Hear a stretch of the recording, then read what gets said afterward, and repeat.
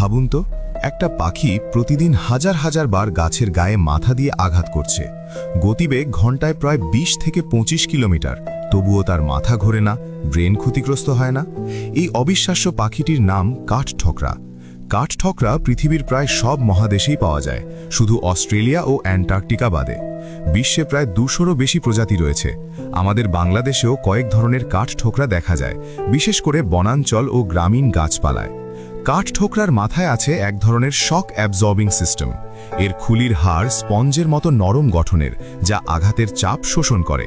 আর তাদের জিহ্বা, এটা এত লম্বা যে মাথার খুলি ঘুরে পিছন দিয়ে পেঁচিয়ে থাকে। এই বিশেষ গঠন আঘাতের সময় মস্তিষ্ককে স্থির রাখতে সাহায্য করে। কাঠঠোকরা শুধু খাবারের জন্য গাছ ঠোকে না, তারা ঠোকর দেয় নিজেদের এলাকা চিহ্নিত করতে এবং সঙ্গী আকর্ষণ করতে। এই ঠোকরানোর শব্দই তাদের ভাষা। তাদের জিহ্বা আঠালো ও কাঁটার মতো খাঁজযুক্ত, যা গাছের ভেতর লুকিয়ে থাকা পোকা সহজে বের করে আনে। অর্থাৎ তারা প্রাকৃতিকভাবে গাছকে পোকামাকড় মুক্ত রাখে, বনের জন্য এক ধরনের প্রাকৃতিক ডাক্তার।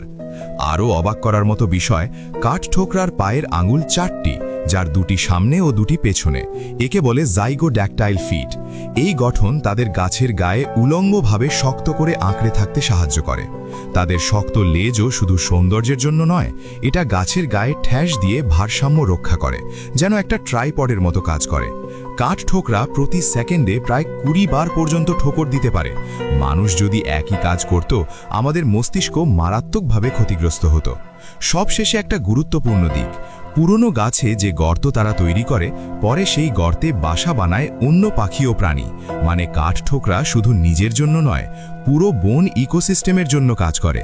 তাই পরের বার যখন গাছের গায়ে ঠক ঠক শব্দ শুনবেন, জানবেন ওটা শুধু শব্দ নয়, ওটা প্রকৃতির এক বিস্ময়কর ইঞ্জিনিয়ার কাজ করছে।